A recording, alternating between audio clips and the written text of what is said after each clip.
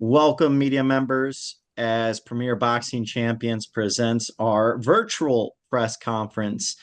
As Prime members are in for a special treat October 19th, as we are delighted to have Tszyu, the former champ, headlining on a card that will stream throughout the U.S. and in select countries on Prime Video Service live at 8 p.m. Eastern Time and 5 p.m. Pacific. And the best part about this is if you are still not a Prime member, you can sign up for a 30-day free trial, which you got to do to see one of the best fighters in the world fight in Tszyu October 19th. He is the Australian superstar and former world champion Tszyu, as he is going to challenge for another world title as he takes on the unbeaten IBF super welterweight world champion Bakhram Murtazaliev in a 12-round main event of PBC Championship Boxing on Prime Video Saturday, October 19th, live from the Caribe Royale Resort in Orlando, Florida. Now, we have a fantastic main event, Tszyu, Bakhram Murtazaliev, and it is going to be the headlining bout of a three-fight lineup that features the undefeated Cuban prospect, Yoenis Diaz, as he battles knockout artist Johan Gonzalez in a 10-round super welterweight co-main event, while the undefeated middleweight contender, Mateo Tapia, steps in to face the hard-hitting Endri Saavedra in a 10-round opening bout. Now, this event is promoted by TGB Promotions, and our main event is promoted in association with No Limit Boxing and Main Events. Tickets are on sale now at Ticketmaster.com.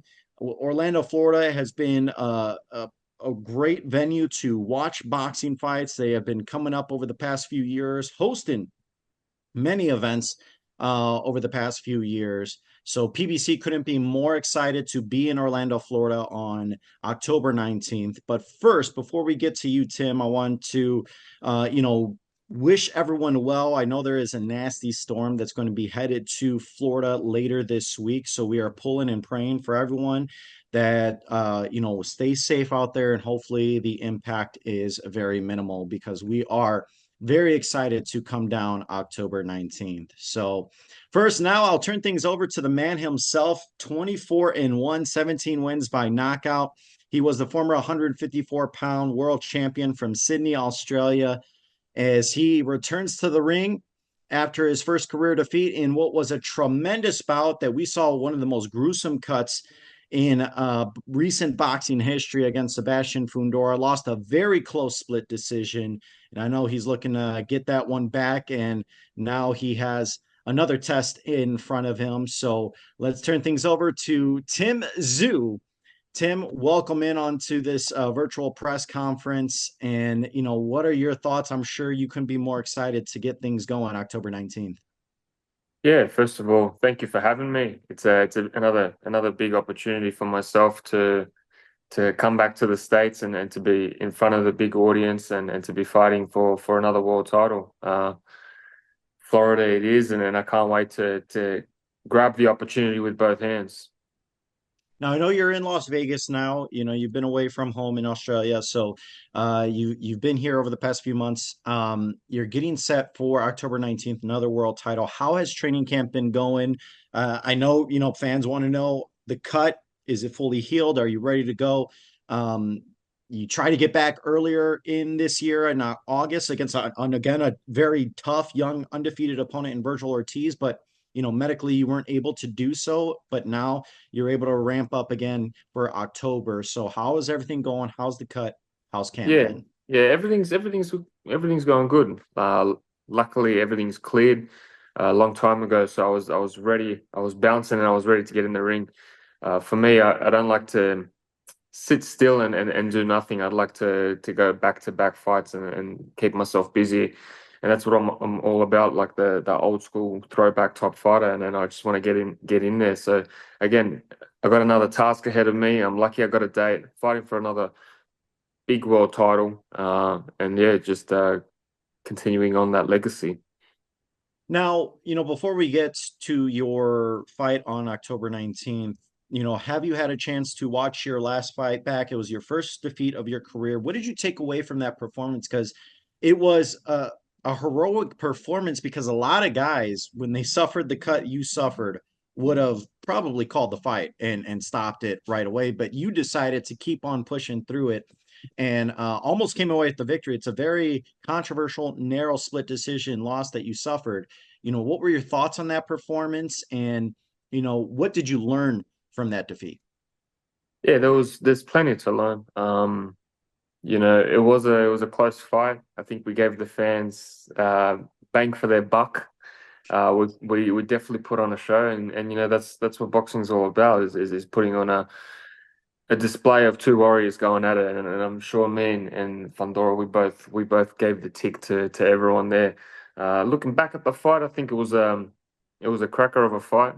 Uh, what went wrong?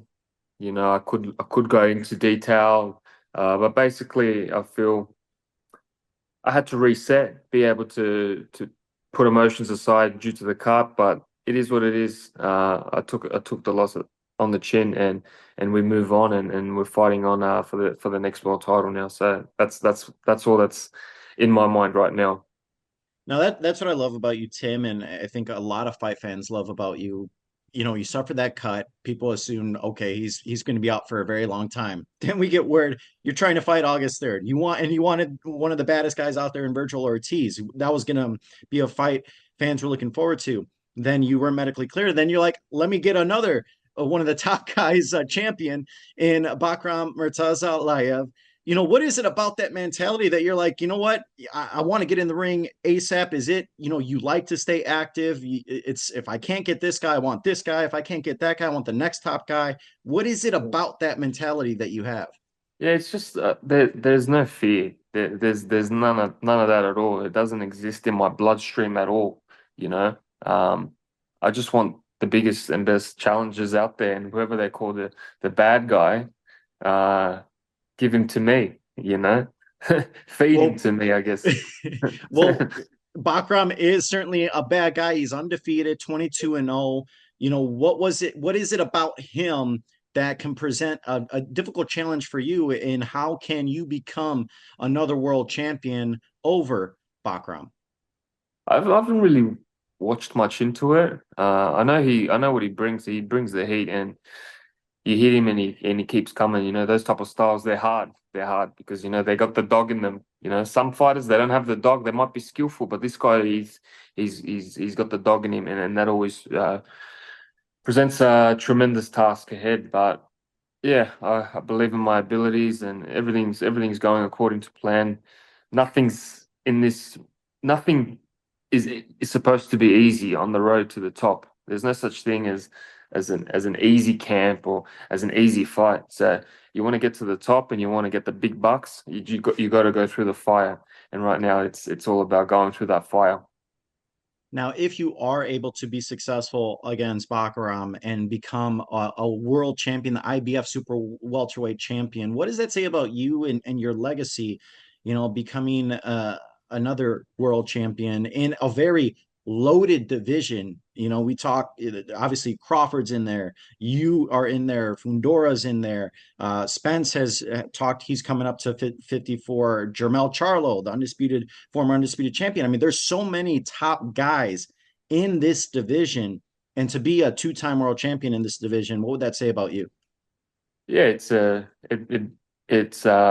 be mentioned with those type of names. That's what it's all about. And that's where I want to be is to be the shot caller and be calling out these type of big fights. And you do that by having a strap on your belt. So yeah, I'm looking forward to being mentioned with all those boys.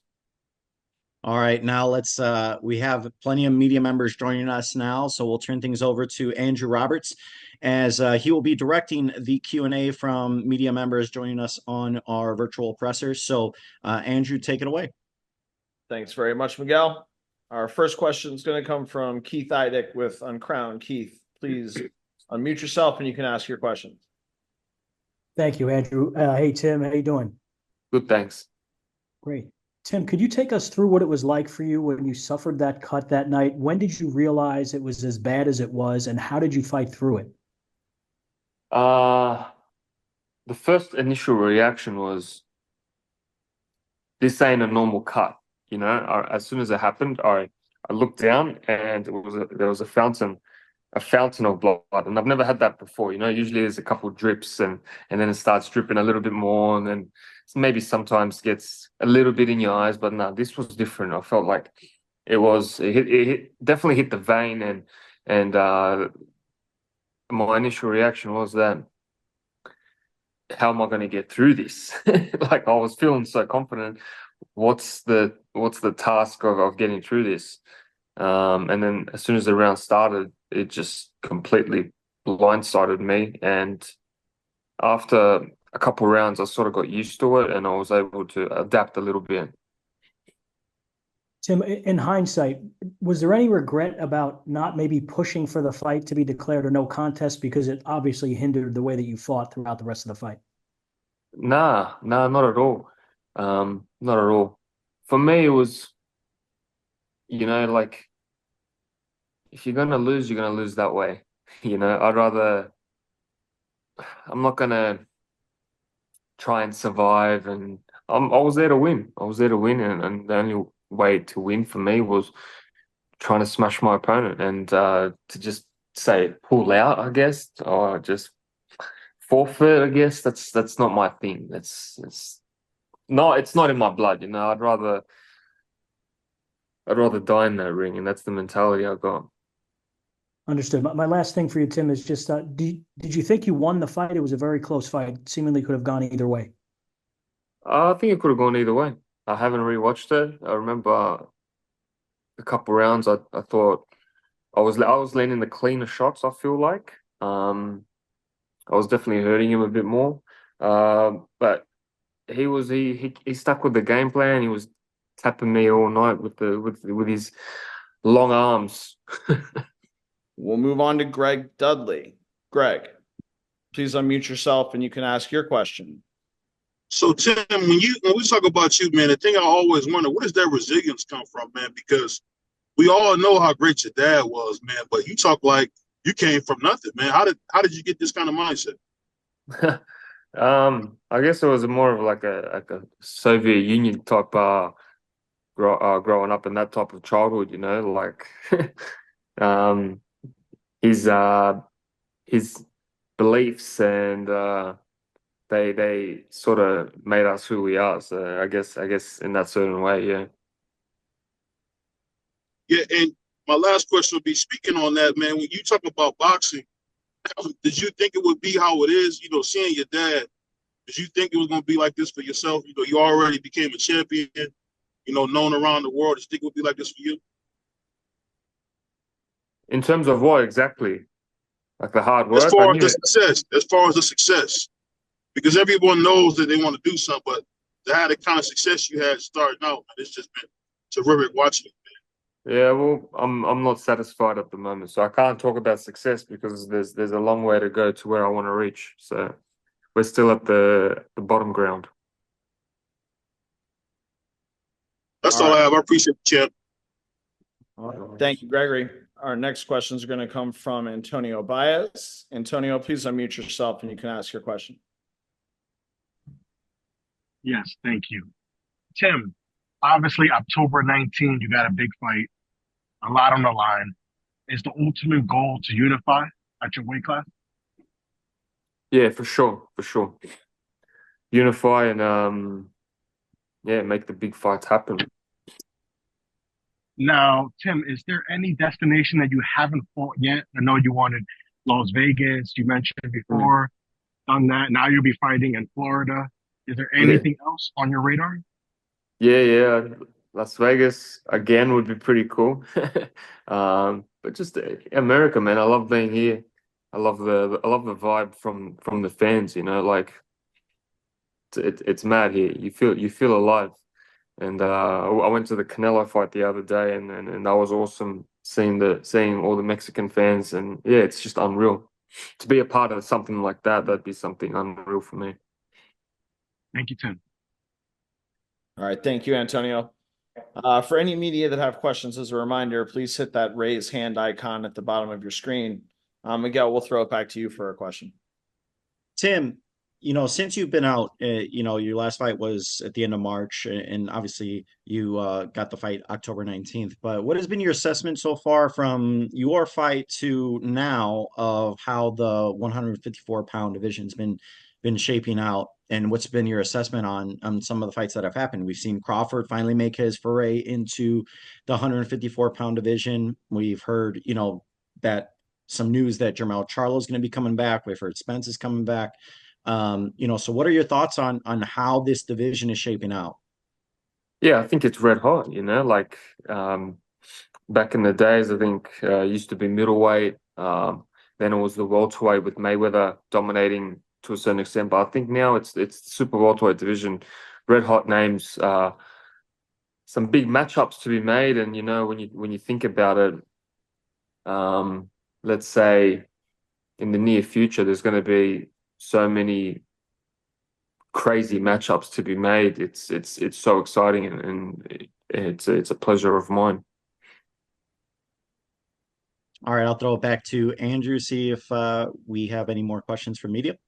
Sure. Our next media questions will come from Cynthia Conti. Cynthia, please unmute yourself and you can ask your question. Hi, Tim. Just, we saw you in the ring, obviously, with that cut, that really bloody gash. Now, for the fans that want to see you continue, what more do you want to show the fans that are going to be tuning in October if they've never even seen you before? Like a badass performance. Just make it quite simple. Relentless, ruthless, and something that shocks people.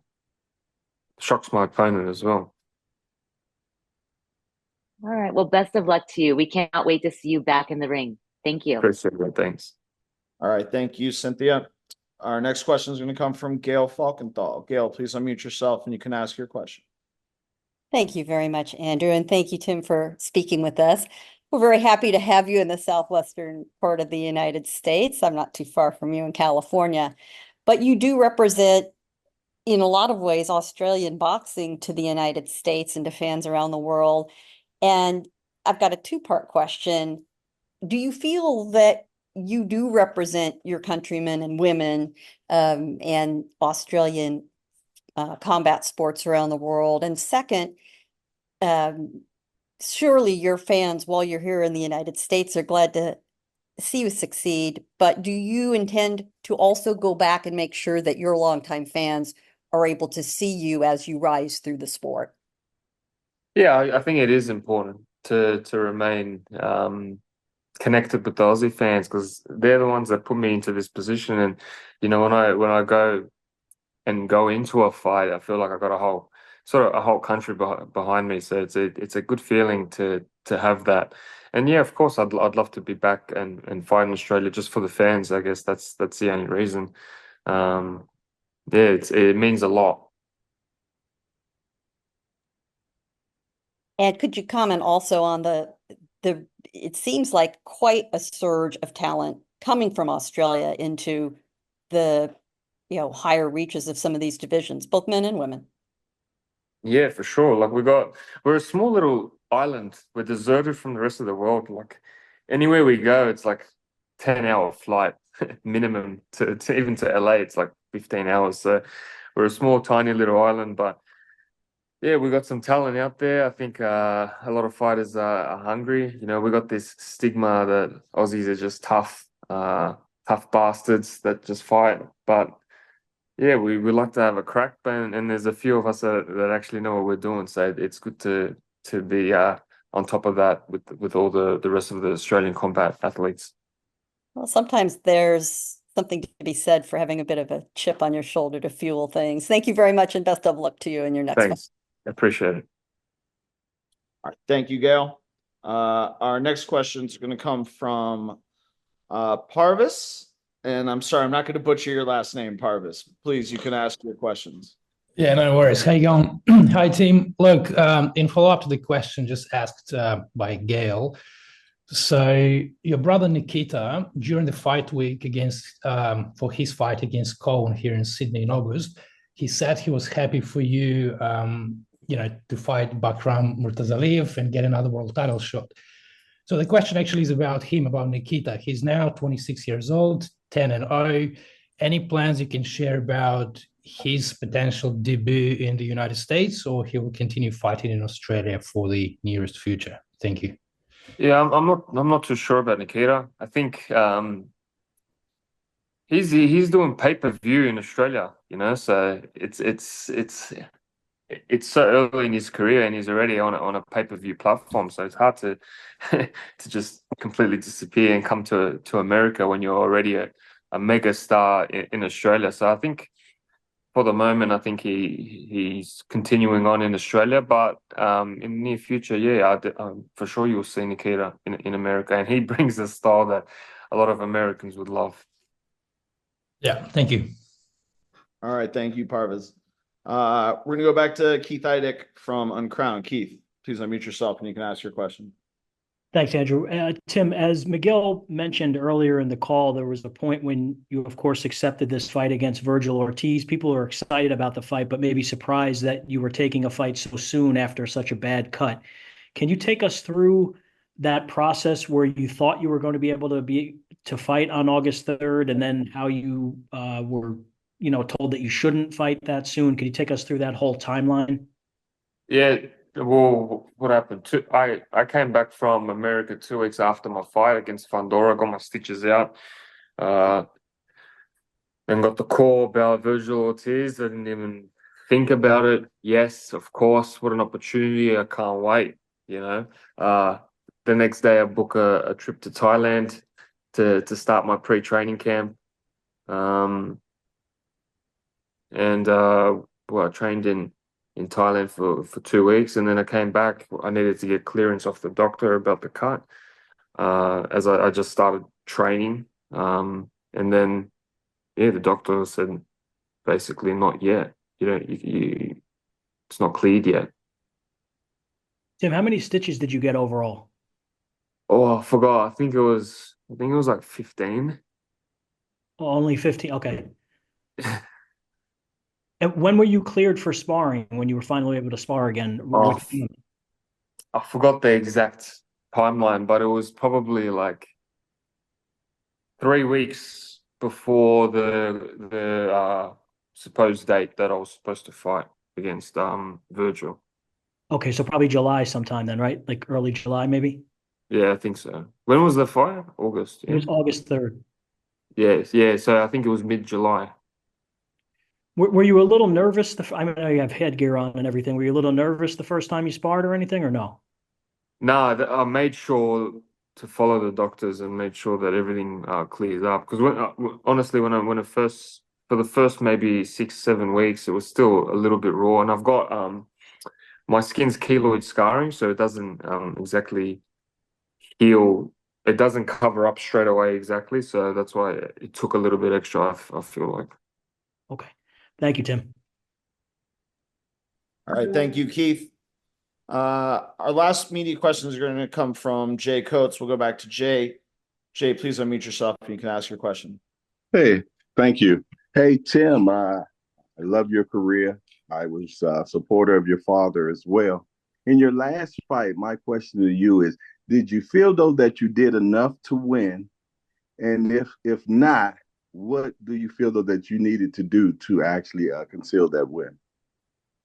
Probably not get jabbed as much. Easier said than done, and yeah, and probably throw maybe a few more extra punches around that land a bit more cleaner. Okay. My second question is, man, you're taking a tough fight on your comeback, man.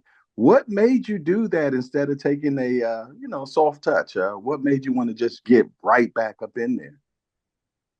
I feel like there's no such thing as soft touches, especially at this level. Okay. Like you got to give the respect to everyone, and like we're all the same anyway. So we all got 2 hands, 2 legs. So no, there's no fighter that's a little bit different. Excellent answer. I appreciate you, man. Much success. Appreciate it. All right, thank you, Jay. We actually had one more hand raised here. David Griezmann from Boxing Scene. David, please unmute yourself and you can ask your question. Thank you so much. Tim, you'd mentioned earlier that if you were going to lose, you want to lose the way that you did as opposed to point out with a no contest. But still, what was the disappointment that you felt taking your first pro loss? Just losing the belt and being able to, like it feels like you gotta get back to the drawing board. Like there were so many plans, future plans, from that fight. Of course, for after a victory, but yeah, you sort of go back to the drawing board and you, I guess you don't start again, but you see what other options there are and stuff like that. Thank you. And with that in mind, the fact that you had wanted to have the Virgil Ortiz fight happen and it didn't happen, what were you feeling when you got that unfortunate news that it couldn't? I was upset, especially when I went to Thailand and did a little pre-training camp. Flew my dad over, and yeah, I was in a pretty good condition. I was ready to go, so I was devastated. Thank you very much. All right, David, thank you for those questions. And thank you to all the media that joined us today. We appreciate you taking the time and for your questions. Thank you very much to Tim for his time, of course. With that, I'll turn it back over to our excellent host, Miguel, to wrap things up. Tim, we are very excited about October 19th. What can fans expect? This is going to be on Amazon Prime. As we mentioned before, it's going to be throughout the US as well as in select countries on the Prime Video service, 8 p.m. Eastern Time, 5 p.m. Pacific. And like I mentioned before, anyone who isn't a Prime member can sign up for a free 30-day trial. And trust me, you're going to want to do that. Tim, what can fans expect when you and Bakhram go toe-to-toe for the IBF super welterweight title? I'm bringing the heat. Hopefully, he doesn't take a step back because everyone knows what I bring and what my style is. Hopefully, there's no blood, as much blood on my side at this time. But hopefully, there's going to be some relentless action and we bring the fans a fight to remember. I cannot wait to be in Orlando, Florida, October 19th, Premier Boxing Champions on Prime Video. Thank you, Tim, for answering the questions and being a part of this virtual presser. And we look forward to seeing you October 19th. And once again, want to thank all the media for participating as well. You don't want to miss it. October 19th, Tszyu is never in a boring fight. And I'm sure this one will be fireworks October 19th for the IBF Super Welterweight title. Thank you, Tim. Thank you.